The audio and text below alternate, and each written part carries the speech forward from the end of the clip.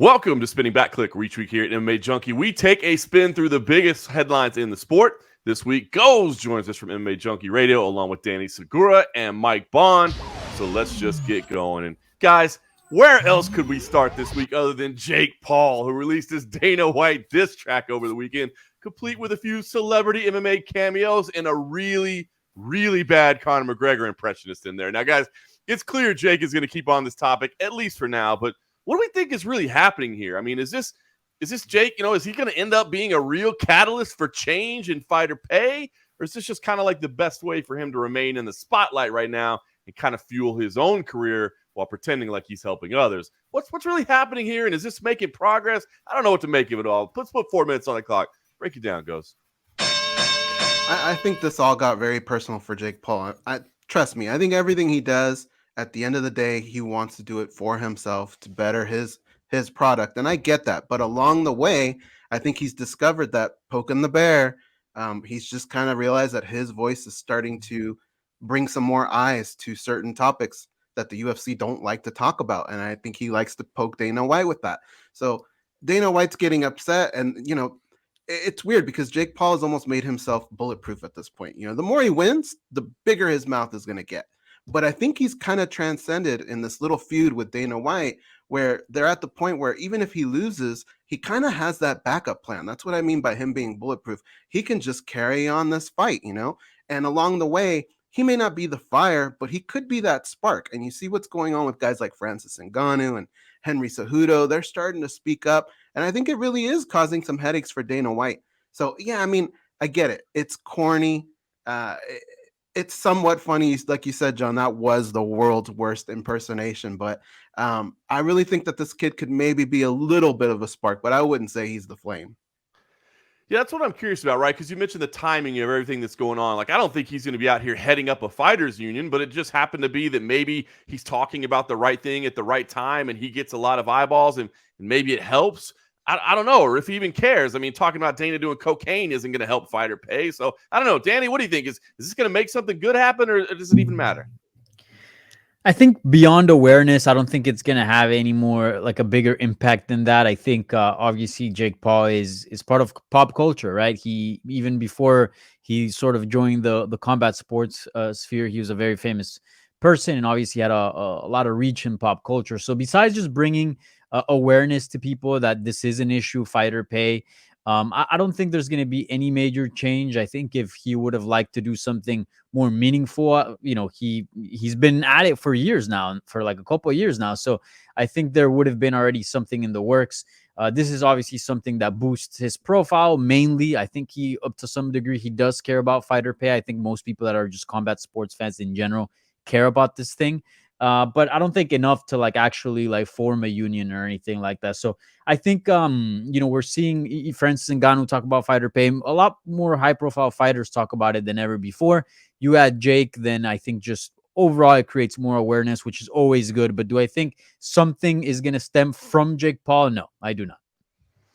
Yeah, that's what I mean. I guess awareness is a good thing. Like you said, he's got a huge platform, right? So at least he's bringing eyeballs and discussion about it. Maybe it's good. But Mike, what do you think? I mean, do we need more diss tracks? You know what I mean? Is this the kind of thing that we need? I mean, just keep poking at the bear and maybe it'll change. Or is there something else he can do, I guess, to maybe help people more?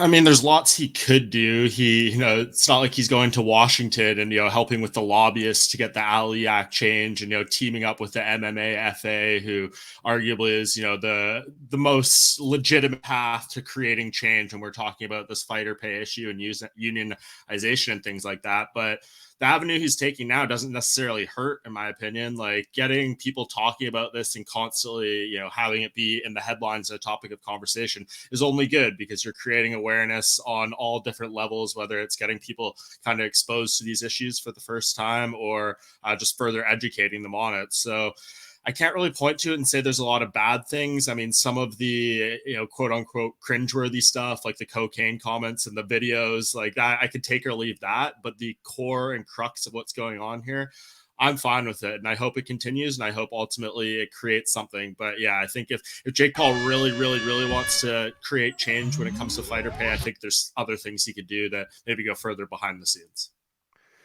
Yeah, you mentioned some of those lobbying efforts and regulation stuff going on behind the scenes. I don't know that Jake Paul is going to take part in any of that, but if it does raise awareness of those things that are happening, it's not a bad thing. But I kind of agree with what you said there, Mike. Like maybe we throw out some of that stuff about the cocaine and the strippers. Not, I mean, like, is that really going to help get anything? That's not going to bridge a gap anywhere. You know what I'm saying? Let's not just poke the bear. Let's poke the bear and then maybe try to find a way to shake hands with it down the line. But we'll see. Maybe he was the guy we didn't know we needed. And here he is to help everybody out. What a story that would be. We guys this past weekend saw Khabib Nurmagomedov's Eagle FC stateside for the first time with Miami's brand new FlexCast Arena playing host to Eagle FC 44. Now, after one event, I just want to get your thoughts on what this organization's potential impact is in the space. Obviously, they're still doing stuff over in Russia as well, but do you think this organization has real staying power here in the industry in the United States? What do we make of it? I mean, Danny, you were cage side. You were inside FlexCast Arena for it all. What do you think about this? Let's put 4 minutes on the clock. Yeah, I really enjoyed what Khabib is doing with this organization. I do think that it's bringing something new to the table as far as the MMA space, and I think that's important. I think most people that just try to copy and do what others are doing usually don't find a lot of success. But one, Khabib is it seems to be a lot of financial backing behind this promotion. So one, they're getting big names, right, that attract the masses, people that we recognize: Sergey Karatanov, Tyrone Spong, Rashad Evans, Ray Borg, and the list goes on. And, in a couple months here, we're going to get Kevin Lee as well. But beyond that, which other promotions have done as well, is bring the new weight classes. I think that's something that has never been done. I think that's something that it might be needed. It might not be, but we'll find out. I think that's something that a lot of people have been asking questions about, right? There's a lot of fighters that are in betweeners, right? I think with the addition of 175 and 165, maybe we can reach the full potentials of someone like Kevin Lee. And there are many others as well that have struggled that are in between weight classes. So maybe MMA does need more weight classes like boxing. I think if we see a lot of fighters take off and just really reach new levels of their career in these weight classes, I think that's going to be a big eye-opening moment for the MMA space. And maybe that triggers a bigger change among other promotions. And then on top of that, I really just like the product. I think, like I said, they're bringing good names, but they also have a nice personality brush of that Russian talent that, oftentimes doesn't make it to the States because, there's travel involved, right? And obviously that is a big expense for other organizations. So it's nice to get all those big names, but it's also nice to get a little bit of that Smash Factory type fighter that we're seeing, because there's clearly a lot of talent there that has not been exposed. So I'm all in. I think Eagle FC is doing great things, and I'm looking forward to covering their future events. Yeah, that pipeline of talent they have coming out of the Russian region, man, that's going to be something we hold. 165 and 175 pounds, as you mentioned. Maybe that'll be the cornerstone of what they do. Mike, what do you think? You watch the product. What's your thoughts on them? Yeah, I liked it. Obviously, Danny, was there on site, and I was kind of doing the coverage from at home for MMA Junkie, and I thought it came off really well. I mean, is there things that will only increase over time? Yeah, I think Henry Cejudo can use a few more reps as doing post-fight interviews and things like that, but they have the star power, they have the names. Obviously, this organization is heavily surrounded by dominance MMA fighters with, Rizvan and Ali being involved. So like they have a lot of big names that they can bring in that are just going to attract attention. I mean, you look at the traffic numbers, this stuff did really well. I mean, much better than the Bellator event this past weekend did for us when it comes to videos and traffic. So I think the interest is there. They seem to have like a good, financial backing. So I think when it comes to free agents coming around, they're going to be someone who's in the running to do some signings. You obviously, you see Benson Henderson winning his fight in Bellator, and Khabib was cornering the guy he beat. And he kind of says, what's up at Eagle FC? So I think this is gaining some traction with fighters behind the scenes and managers and things like that. So yeah, I mean, I'm all for having as many platforms and avenues for money and exposure and things like that for all these fighters. So if it can stick around and become, a part of our MMA sphere, that'd be awesome. I think all the pieces are there to make it happen. Goes, how about you? What was your first impression? Well, I liked what I saw. I think if they want to stick around, they got to know their lane, right? And what they have to do is, I love the new weight classes. That's how they separate themselves a little bit. But maybe look to sign fighters to shorter deals. I could see a lot of these fighters this being like a transition place for them. Get a couple fights here and there, and then move on to whatever else they want to do. Just keep creating these interesting matchups that make us want to tune in. Forget about belts. Just give us fun matchups. Reminds me a little bit of what Strikeforce did back in the day. There weren't that many belts on the line all the time. It was just fun matchups, and I think Khabib can do that. He enjoys challenges, and it seems like he's having fun. Yeah, not bad advice there at all. Listen, I guess they made a big splash. We'll see what happens when they return on March 11th. As you mentioned, Danny, Kevin Lee, Diego Sanchez there. So we'll see how the rest of that card plays out. Guys, the WWE hosted its annual Royal Rumble this past weekend. It turned out to have a very MMA feel about it, with former UFC champs Ronda Rousey and Brock Lesnar each claiming victory. Now, let's have a little fun here. Let's play UFC promoter. Vince McMahon has agreed to give you either Brock or Ronda, and they're going to have the right to have one fight in the UFC. Now, you're the promoter here.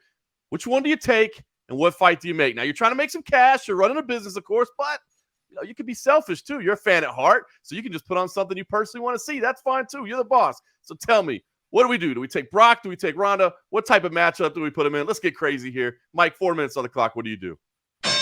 This is actually a more difficult question, I think, than we maybe make it out to be, just because it depends how you want to categorize what's important. Like, is Brock Lesnar a bigger star in MMA in 2022 than a Ronda Rousey comeback would be? I think Ronda, given her age and all the things like that, probably has less tread on her tires. I mean, she's not 44 like Brock. So I'd be inclined to maybe take her. I think she can sell a fight a little better at this point, especially given the skills she's probably picked up in WWE during that stint there. I'm sure, she could sell a fight before. I couldn't imagine what she could do now. And especially if you got like a nice rivalry, a nice angle to it that would be good for promotion. And to me, it's right there, slapping you in the face. A Juliana Pena fight, who obviously she was on The Ultimate Fighter when Rousey coached on Team Tate. And there was like some interesting moments there.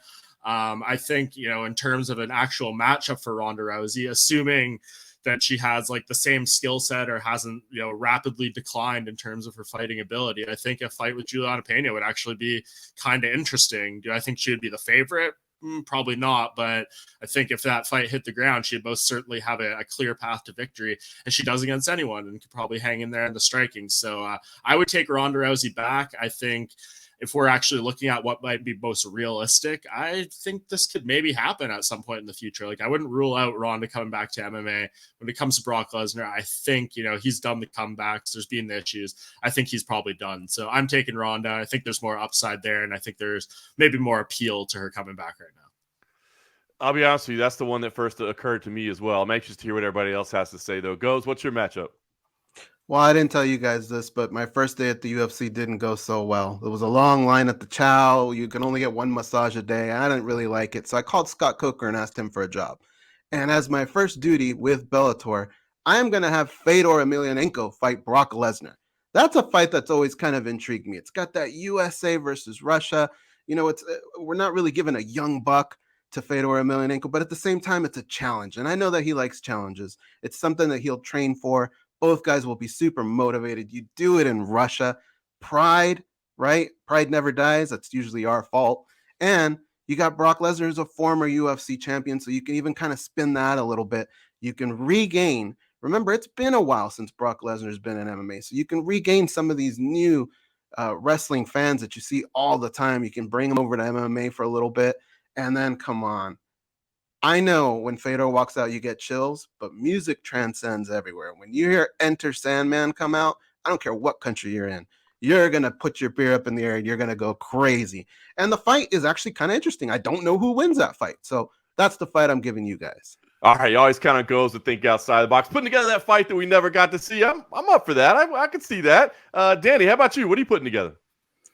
I like that fight that Go suggested, but I'll throw a little bit of a less competitive bout your way, but maybe bigger as far as literally bigger and also promotion wise, just probably a more lucrative matchup. Francis Ngannou. A lot of people forget that for a long time, Brock Lesnar was sort of the red panty knight of the heavyweights. Stipe wanted to fight with Brock Lesnar. Daniel Cormier wanted to fight Brock Lesnar. John Jones wanted to fight Brock Lesnar. Everybody wanted a piece of Brock Lesnar. Well, Ngannou hasn't been a happy camper in the UFC with pay, and as well as other things too. But look, if you're trying to get him into big fights and kind of amend things and have him sign another contract with the UFC, have Brock Lesnar fight him, right? You bring him in. I think the heavyweight division, there's not a clear contender right now, so it's kind of okay for him to skip the line.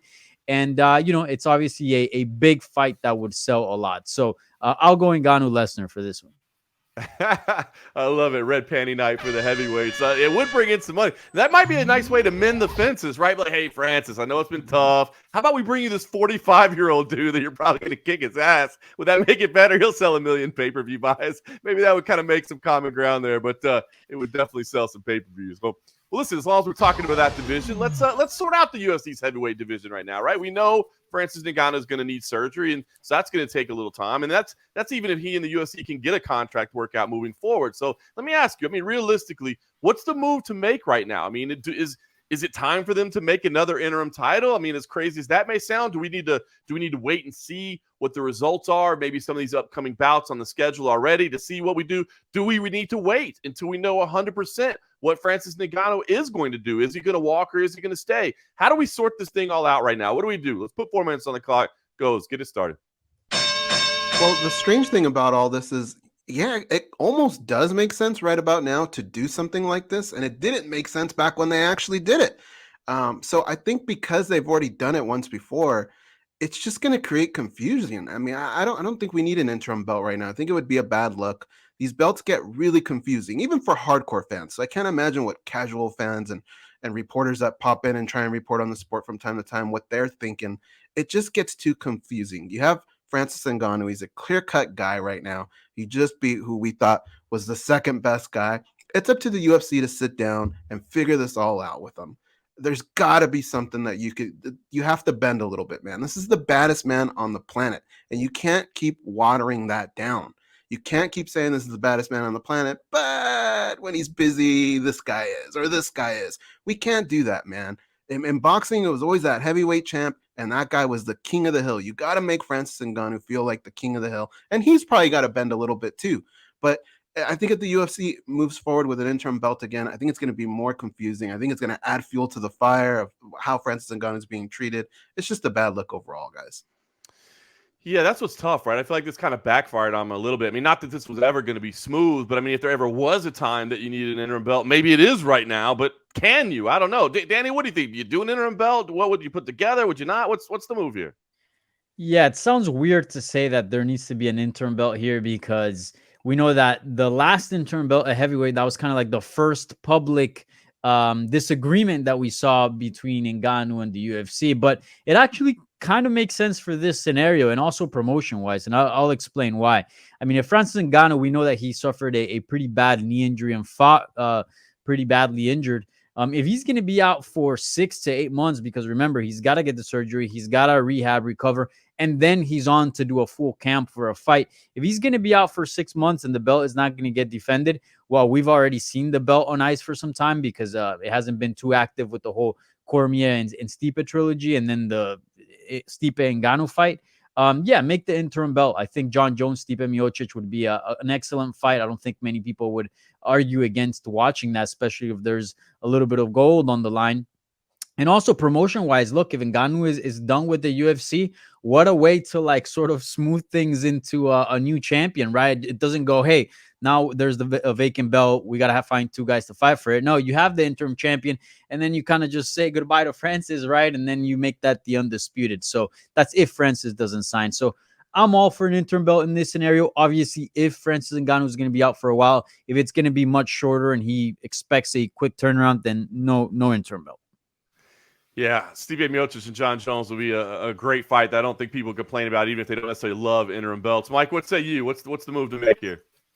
I think these guys nailed it. It pretty much just going to come down to timing, right? Like depending on how badly they need fights. You know, if something necessitates them needing a title fight and they want that heavyweight belt on there, I could see it happening via that circumstance. Who knows if they're going to even re-sign Ngannou or if he's gone. So I think there's a lot of things that can happen here. But if you're asking me, do I think they'll do an interim title? I think it's probably going to be pretty likely here. So that's my expectations. Maybe we get something around the summertime, International Fight Week, but yeah, I can't see a scenario where they just sit on this division until Francis Ngannou's ready at the end of the year.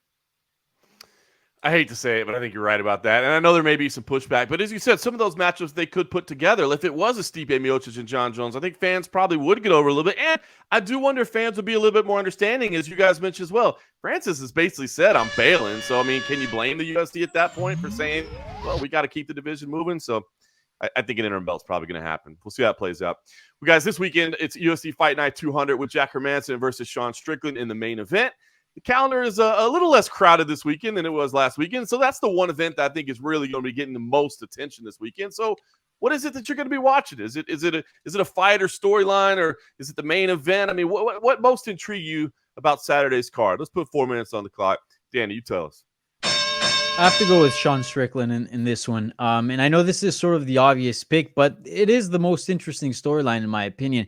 Sean Strickland, he was all right in the UFC when he first started, right? He had a loss to Kamaru Usman, Santiago Ponzinibbio, and another loss here and there that I don't remember off the top of my head. But he was certainly a good fighter, but that was about it. And then in recent times, he's put on this like 4 or 5 fight winning streak together, and kind of looked a little bit different than before. Obviously, there's the whole personality, and I think he's opened up a lot more, definitely, on social media and just to reporters and MMA media. So we've definitely gotten to know him a lot more, so there's more interest on that. But as far as him as a fighter, I do think he's sort of hit an extra gear that we hadn't seen before, and that's certainly translated. He's on a nice win streak. He beat Uriah Hall, who's solid, but he is 37 years old. Now he's stepping against Jack Hermansson, and that is the legit step. It's like, all right, you can do well against decently ranked opposition, but how do you fare against top 5 guys? And Jack Hermansson is certainly a very legit opponent. So I think we're going to find out here, is Sean Strickland just this fun fighter that can provide fun fights and is a little bit of a crazy personality in the sport, or is he a legit contender, and can he be a real threat to the title, and can we include him in conversations against Robert Whittaker, against champion Israel Adesanya, and names like that? So I think that's the most interesting storyline this weekend. Yeah, I mean, it's the bout that certainly has the most implications in the division, right? But all those things you say about Sean are true. It's kind of wild how he's become kind of the anti-hero, right? And people are starting to pay attention to him a little bit. It's pretty wild. Mike, what about you? What are you going to be tuned into this weekend? I like that this card has a little bit of Canadian flavor to it. 4 Canadians scheduled to compete: Malcolm Gordon, Alexis Davis, Marc-Andre Barrial, and Hakeem Dawodu. We don't usually get that kind of, Canadian talents put on one event. It's usually very sprinkled throughout these fight cards. So, I guess just out of personal interest, I think that's something curious. We always talk about like the post GSP era in Canada. It hasn't been, the most thrilling thing in the world. And I don't think there's anyone you could really point to on the roster being like, that's the next person who's going to be the champion or anything like that. Dawodu was looking like a contender to be at 45 for a bit there, but then he lost some momentum. But I think he's still got some talent. I think, Davis is obviously a former title challenger. So yeah, just more personally, I think it's kind of nice to see this many Canadians fighting on one night. Yeah, good looking out. To be honest, I didn't realize there was that many Canadians. That is big these days. We don't see that happening as much. So good for you. Good for the land up north up there. Goes, what about you? From your perspective, what are you going to be watching? Man, that was the most Canadian thing Mike's ever said, right? Look, I like Trezeguet Gore and Brian Battle. And let me tell you why. I was a big fan of this season of Tough. I know there were some people that didn't tune in. They didn't like it. I actually enjoyed it. But I felt like there was a little bit of unfinished business. I felt like we were robbed a little bit. Although it ended well and it was fun, we needed to see these two guys fight. And it's really an interesting matchup for me because when you look at them, they're still green. So they're still improving a lot. They improved a lot on the show. So I can't imagine where their skill set is at now. It's a really hard fight to call because when you look at all the storylines coming out, like Trezeguet Gore, he's coming back from an injury. He's a young cat. We don't know how he's going to respond to that. Brian Battle felt like he was slighted a little bit. They're actually picking up a little bit of smack talk, but they're also staying cordial with each other. It's just really, really interesting for me. Early on, I was leaning Gore. Now I'm leaning Battle. Then I'm back on Gore. I don't know. But I think this is a big fight, not just for these guys, but also for the Ultimate Fighter TV show. Remember, they have to battle Dana White's Contender Series, and I think they want to prove that they're actually back. And this will feel like it gives the show a little bit of finality.